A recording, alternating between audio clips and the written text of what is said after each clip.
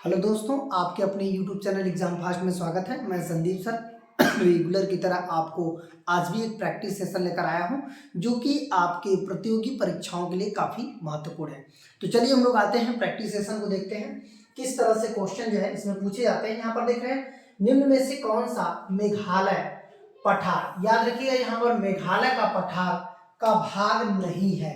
इसका मतलब है जो मेघालय का पठार है इसे हम लोग दूसरे भाषा में क्या बोलते हैं, मेघालय का पठार का दूसरा नाम है शिलांग का पठार। ये देखिएगा, इसे हम लोग बोलते हैं शिलांग का पठार।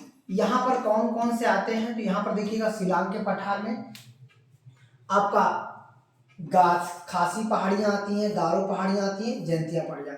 जो पलामू है ये आपका किस पठार में आता है, छोटा नागपुर के पठार में आता है। ये किस भाग में आता है, छोटा नागपुर का पठार। और बाकी गारो खासी जयंतियाँ जो हैं ये तीनों जो है कहाँ पे होती हैं, ये तीनों शिलांग का पठार का हिस्सा है। इतना आपको ध्यान रखना है। अब हम लोग आते हैं मैप पे।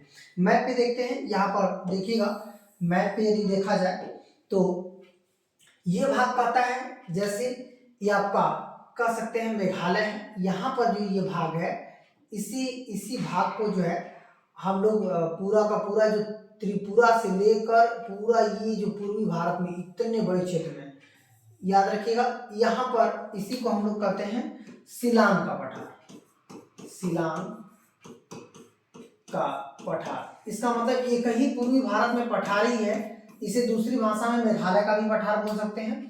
यहाँ पर देखिए गारो खासी जयंतियाँ, तीन पहाड़ियाँ आती हैं, गारो खासी और जयंतियाँ। और इसमें आप देखेंगे इन्हीं पहाड़ियों से टकराकर विश्व में सर्वाधिक वर्षा जो है होता है कहाँ पे, मानसिन राम, जो कि इस क्वेश्चन में आगे आएगा भी। मानसिन राम ये भी पड़ता है मेघालय में। मानसिन राम जो है मेघालय में विश्व में सर्वाधिक वर्षा यहीं पे होती है। ठीक है, अब बात आती है यहाँ पर हम लोग देखते हैं कि जो पलामू का पठार है, देखिए पलामू जो है ये आपका झारखंड में पड़ता है और ये छोटा नागपुर का पठार है। पलामू का पठार, ये पठार किस हिस्से में आता है, तो ये झारखंड में छोटा नागपुर के पठार का ही हिस्सा है। छोटा नागपुर का पठार इसी का हिस्सा है जिसे हम लोग कहते हैं पलामू का पठार। अब क्लियर हो गया। तो यहाँ पर देखिएगा गारो खासी जयंतियाँ ये मेघालय में है।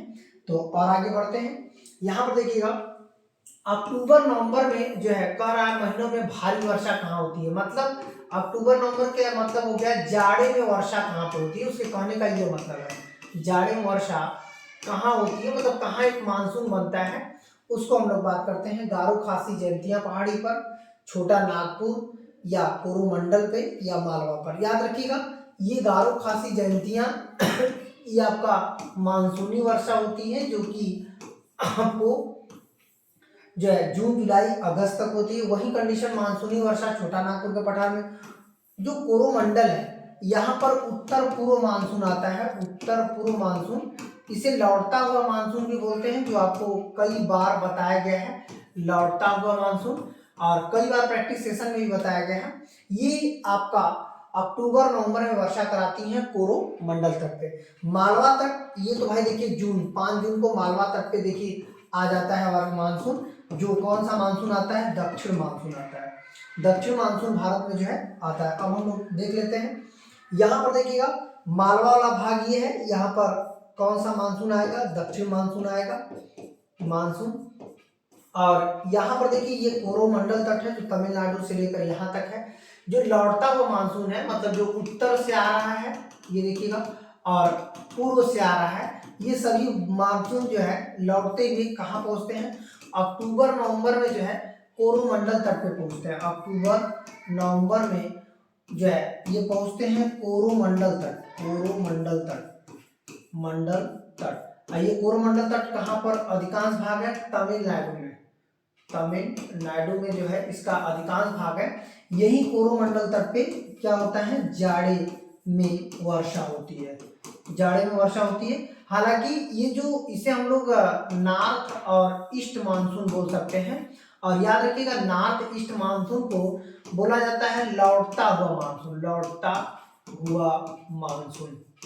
लौटता हुआ मानसून बंगाल की खाड़ी से भी आर्द्र ले लेता है, जिसके कारण जो है बारिश होती है यहाँ पर कोरोमंडल में। ठीक है, तो यहाँ पर देखिए ये पूरा तट वाला भाग जो है बारिश होने लगती है। ये वाला जो है ये अरबियन सी है, यहाँ पर हम लोग पश्चिम मानसून यहीं से निकलता है, हमारा जो पश्चिम मानसून है ये देखिएगा, और ये धीरे धीरे मध्य प्रदेश इधर अरावली से टकरा कर देखिए इधर घूम जाता है, तो यहाँ पर इसे हम लोग कहते हैं पश्चिम मानसून। और यदि हम लोग देखें तो पश्चिम मानसून इधर हो गया और इधर वाला भाग जो है दक्षिण मानसून हो गया। भारत में जो सबसे ज्यादा वर्षा होती है, सर्वाधिक वर्षा यदि भारत में पूछेगा तो सर्वाधिक वर्षा किस मानसून से होती है, तो इसका सही आंसर हो जाएगा दक्षिण पश्चिम मानसून। ठीक है, तो इस तरह से भारत में जो है मानसून का आगमन होता है। और आगे बढ़ते हैं, यहाँ पर दे रहा है कि भारत की जलवायु कैसी है, तो ये विषुवतीय है, ये मानसूनी है, भूमध्य सागरीय है और महाद्वीपीय है। तो ये क्या हो जाएगा मानसूनी, क्योंकि यहाँ पर एक विशेष मौसम में जो है मानसून आता है, इसीलिए इसे मानसूनी जलवायु कहा जाता है। अब देखिए, अब आते हैं मानसूनी जलवायु, इसका मतलब है कि जो विशेष मौसम में आता है वो, और वो भी आप देखेंगे कि 5 जून को यहाँ आ जाता है, 15 जून को अरेबियन में आ जाता है, लगभग कह सकते हैं 18 जून के आसपास भूमध्य जो है बंगाल की खाड़ी में आ जाता है। ये सब मानसून जो है आते हैं, इसकी वजह से हम लोग कह सकते हैं कि हमारा जो भारत है यहाँ पर मानसून जलवायु पाया जाता है। अब क्लियर हो गया, तो ऐसे में भारत को मानसून जलवायु कहते हैं।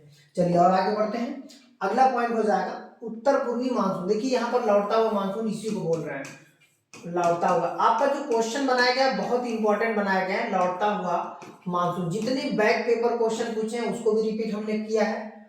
मानसून, लौटता हुआ मानसून जो है बारिश कराता है कहाँ पे, तमिलनाडु में भी, जो आपको अभी इससे पहले सॉल्यूशन में दिया गया था। यहाँ पर देख लीजिएगा मैप में, इसी को हम लोग कहते हैं लौटता हुआ मानसून। मतलब वो अक्टूबर नवंबर में जो बारिश कराता है वो लौटता हुआ मानसून होता है। ठीक है, अब आते हैं, निम्न में से कौन सा भारत का सबसे अधिक आर्द्र स्थान है। आर्द्र मतलब जानते हैं क्या होता है, आर्द्र मतलब वर्षा वाला स्थान, मतलब कौन सा वर्षा वाला स्थान।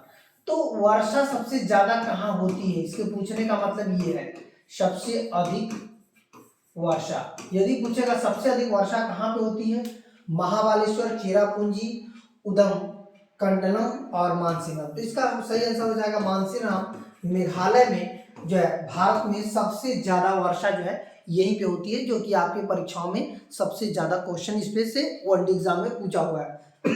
अब देखिए ये कहाँ पे है, तो यहाँ पर आप देखेंगे जो मेघालय वाला भाग है, गारो, खासी, जयंतिया, जो बंगाल की खाड़ी से निकलता है मानसून, बांग्लादेश होते हुए वहां पहुंचता है, और यहीं पे जो है मानसीराम है, जहाँ मानसीराम जहाँ सर्वाधिक वर्षा होती है, जहाँ सर्वाधिक, ये भारत का सर्वाधिक वर्षा नहीं है, सर्वाधिक वर्षा।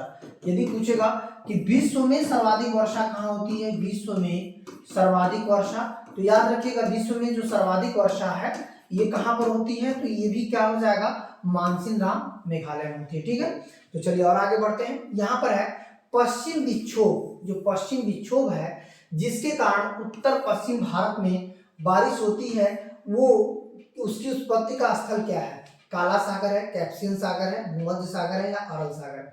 इसका सही आंसर हो जाएगा भूमध्य सागर के दाब के कारण हमारे यहाँ पश्चिम विक्षोभ में थोड़ी सी बारिश कहाँ पर होती है, हल्की सी राजस्थान में होती है, फिर आपका पंजाब में होती है, फिर उत्तर प्रदेश में होती है, पश्चिमी विक्षोभ से थोड़ा सा बिहार में होती है। मतलब हम लोगों के यहाँ जो जाड़े में वर्षा होती है ना, जाड़े में वर्षा, यदि पूछेगा यूपी में जो जाड़े में वर्षा होती है वो किस मानसून से होती है, ये कोई मानसून नहीं होता है।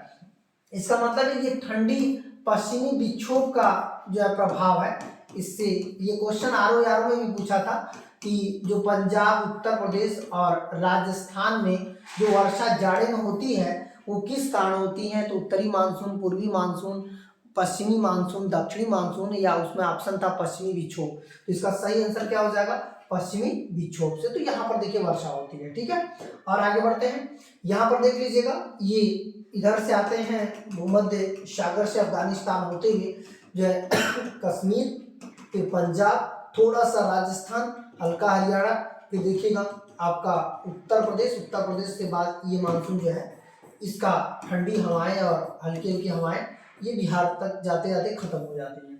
ये देखिए ये पूरी तरह से शीत वाली वर्षा होती है और काफी ठंड इसका प्रभाव पड़ता है और इस तरह से ये मानसून यहाँ पर आते हैं। ठीक है, इसी को हम लोग बोलते हैं पश्चिम विक्षोभ। यहाँ पर भी देखिए क्वेश्चन आपके एग्जाम में क्वेश्चन पूछा हुआ है कि पश्चिमी विक्षोभ के कारण जो है वर्षा कहाँ पर होती है। तो ये पश्चिमी विक्षोभ के कारण जो वर्षा होती है वो कहाँ पे होती है, वो होती है आपका पंजाब, हरियाणा, उत्तर प्रदेश, राजस्थान और बिहार में। तो चलिए हम लोग और आगे बढ़ते हैं। निम्न में से कौन सा पश्चिमी विक्षोभ से वर्षा प्राप्त करता है। यहाँ पर देखिए पूछ रहा है केरल करता है, नहीं, तमिलनाडु नहीं, कर्नाटक नहीं, ये तो साउथ इंडिया वाले हैं ना, करता कौन है, पंजाब करता है। ठीक है, अब देखिए यहाँ पर आपको सीधे बोल दिया गया है कि भूमध्य सागर से निकल करके यहाँ पर आ रहे हैं, जो कि सबसे पहले पंजाबी वर्षा प्राप्त करता है पश्चिमी विक्षोभ का। भारत में मानसून की उत्पत्ति निम्न पवनों में से किसके द्वारा होती है। मतलब जो मानसून की उत्पत्ति होती है तो सबसे पहले दक्षिण मानसून आता है, फिर कौन सा मानसून आता है, पश्चिम।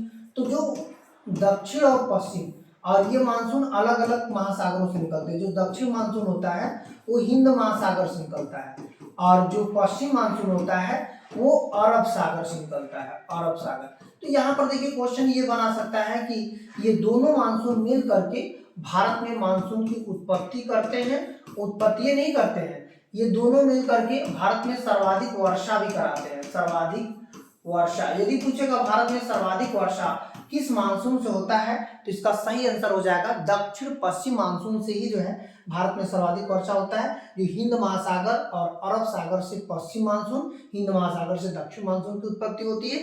अब भारत में सर्वप्रथम जो है यदि पूछेगा भारत में सर्वप्रथम कौन सा मानसून आता है तो सर्वप्रथम में यदि क्वेश्चन आए तो ये क्या हो जाएगा, दक्षिण मानसून आ जाता है। मतलब 5 जून को ही टकरा जाता है कन्याकुमारी के तट पर, जो कि हिंद महासागर से निकलता है। ठीक है, तो यहाँ पर हम लोग देख भी सकते हैं, यहाँ पर देखिएगा, यहाँ पर देखिए हिंद महासागर से सबसे पहले ये दक्षिण मानसून आता है और ये 5 जून को ही आ जाता है। यहाँ पर बारिश शुरू हो जाती है, फिर वैसे ऊपर बढ़ता है, तब तक अरब सागर में भी जो है कह सकते हैं कि दाब बनता है, वो पश्चिम दबाव आने के कारण जो है यहाँ से देखिए बारिश होती है, लेकिन ये भी धीरे धीरे क्या होता है, ऊपर चढ़ता है। इसे हम लोग, और यही जो है भारत के अधिकांश क्षेत्र में बारिश कराता है, जिसे हम लोग क्या बोलते हैं, ये जो पूरे अधिकांश क्षेत्र में यदि बारिश कराएगा, इधर देखिए तब तक 18 के आसपास यहाँ पर बंगाल की खाड़ी में भी दाब बनने लगता है 18 जून के आसपास, और फिर इसके बाद ये देखिए बारिश यहाँ पर बिहार, यूपी, झारखंड, ये सब बंगाल की खाड़ी से, उड़ीसा बंगाल खाड़ी से ही बारिश कराता है। तो ऐसे में लेकिन सबसे बड़ा जो क्षेत्र है वो साउथ और जो वेस्ट का है, इसी वजह से माना जाता है जो दक्षिण और पश्चिम मानसून है यहाँ पर सर्वाधिक वर्षा वही कराते हैं। भारत में सर्वाधिक वर्षा यदि पूछेगा किस मानसून से होता है तो क्या हो जाएगा, दक्षिण पश्चिम मानसून से सर्वाधिक वर्षा। सबसे पहले भारत में मानसून कहाँ आता है तो सबसे पहले मानसून जो है भारत में कहाँ आता है, कन्याकुमारी आता है। मतलब कि आपका कन्याकुमारी के तट पे आता है। सबसे पहला राज्य कौन सा होगा, केरल होगा, जो मानसून से सबसे पहले पूरा तरह से प्रभावित हो जाएगा। पहला मानसून कौन सा आता है, दक्षिण मानसून आता है, जो हिंद महासागर से आता है। सर्वाधिक वर्षा कौन सा मानसून कराता है तो दक्षिण पश्चिम मानसून, दोनों मिलकर भारत में सबसे ज्यादा वर्षा कराते हैं। सबसे कम वर्षा भारत में कहाँ होती है तो भारत में सबसे कम वर्षा लेह में होती है। दूसरा कहाँ होती है, जैसलमेर में होती है, जहाँ राजस्थान में है।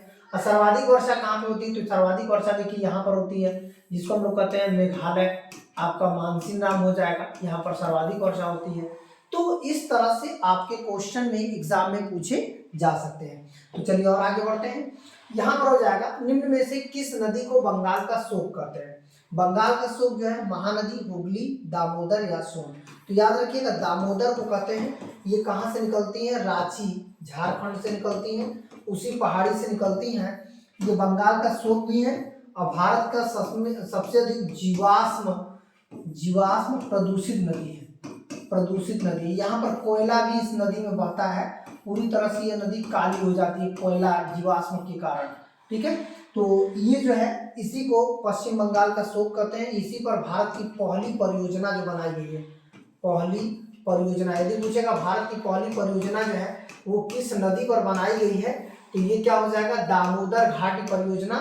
दामोदर घाटी परियोजना, घाटी परियोजना। और ये दामोदर घाटी जो परियोजना है वो किस नदी पर बना है तो ये दामोदर नदी पर बना है। ठीक है, ये यहाँ पर है। तो इसे बंगाल का शोक भी कहते हैं। तो ये देखिएगा, यहाँ पर हम लोग मैप में देखते हैं, यहाँ पर रांची की पहाड़ियां हैं, देखिए यहाँ से निकलती हैं और ये बंगाल के पास जाकर गिर जाती हैं, ठीक है। इसी पर बंगाल में देखिए, और बंगाल में ये पूरा कोयला वाला भाग लेकर जाती है छोटा नागपुर का पठार के, इसकी वजह से इसे जीवाश्म प्रदूषित भी नदी कहा जाता है। जीवाश्म के रूप में सबसे ज्यादा प्रदूषित नदी यही है, ठीक है। अब देखिए दूसरी बातें हैं कि इसी पर भारत की पहली परियोजना कौन सी बनी है, दामोदर घाटी परियोजना, ठीक है, दामोदर घाटी परियोजना। और यदि पूछेगा कि दामोदर घाटी परियोजना किस राज्य में है, तो वेस्ट बंगाल में, ठीक है। तो इस तरह से, और इसी को जो दामोदर नदी है, इसी नदी के बाढ़ की वजह से इसे बंगाल का शोक कहा जाता है, बंगाल का शोक। यदि पूछेगा बंगाल का शोक किस नदी को कहते हैं, तो ये क्या हो जाएगा, दामोदर नदी कहते हैं। अब क्लियर हो गया। तो यहां से देखिए क्वेश्चन एग्जाम में दे सकता है। और आगे बढ़ते हैं, यहाँ पर हो जाएगा कि कौन सी नदी कर्नाटक और तमिलनाडु दोनों में जो है बहती है। कृष्णा नदी नहीं भाई, कर्नाटक में नहीं, तमिलनाडु नहीं जाती, कर्नाटक से आंध्र प्रदेश होकर चली जाती है। गोदावरी नदी ये भी कर्नाटक नहीं जाती। कावेरी यही कर्नाटक जाती है। ये 3 राज्यों में है। सबसे पहले आपका कर्नाटक से निकलती है, फिर आपका केरल में जाती है, केरल से फिर तमिलनाडु में जाती है और फिर बंगाल खाड़ी में गिर जाती है। ये देखिए बंगाल की खाड़ी। लेकिन यहाँ पर क्वेश्चन दे रहा है कि क्या वो तमिलनाडु और कर्नाटक में बहती है। जी हाँ, इसी नदी के जल को लेकर विवाद भी है, इन दोनों राज्यों के बीच विवाद भी चल रहा था। पेरियार ये केवल केरल में है, ठीक है, पेरियार नदी केवल केरल में है। ये भी आपका 3 राज्यों में बहती है, ये भी आपका 3 राज्यों में बहती है, तो इस तरह से 4 राज्यों में बहती है। तो इस तरह से हो सकता है एग्जाम में, जो है आपके क्वेश्चन एग्जाम में पूछ सकता है, ठीक है। अब आते हैं थोड़ी सी मैपिंग को देख लेते हैं। जैसे यहाँ से कर्नाटक के कुर्ग जिले से देखिए निकल रही है और यहाँ से कावेरी, ये कावेरी का सबसे बड़ा क्षेत्र जो है ये तमिलनाडु में ही है, ठीक है। और यदि हम लोग और नदी की बात करें तो जैसे आपका कृष्णा नदी देखिए यहाँ से आती है और ये देखिए आपका आंध्र प्रदेश होकर के बंगाल खाड़ी में जाती है। अब आप देखेंगे गोदावरी नदी, ये देखिए आपका गोदावरी नदी, ये देखिए तेलंगाना होते हुए और आंध्र प्रदेश होते हुए गिर जाती है। फिर आपका पेरियार देखिए यहीं से निकलती है और यहीं से वापस चली जाती है अरब सागर में, उधर नहीं जाती है। तो इस तरह से हम लोग देखें तो गोदावरी हो जाएगा और ये कृष्णा हो जाएगा और ये आपका कावेरी हो जाएगा। कावेरी जो है इसका सही आंसर होगा, जो तमिलनाडु मतलब आपका केटी कर्नाटक और इधर देखिए तमिलनाडु, दोनों में जो है बहती है। क्लियर हो गया। अब देखिए, अब आते हैं, आगे बढ़ते हैं। ये देखिएगा अगला पॉइंट। तो आज का सेशन प्रैक्टिस इतना ही है और हम लोग नेक्स्ट क्लास में मिलेंगे अगले प्रैक्टिस सेशन के लिए। अंत तक जुड़े रहने के लिए बहुत बहुत धन्यवाद। यदि वीडियो पसंद आती है तो लाइक, सब्सक्राइब, शेयर करना नहीं भूलना है। धन्यवाद।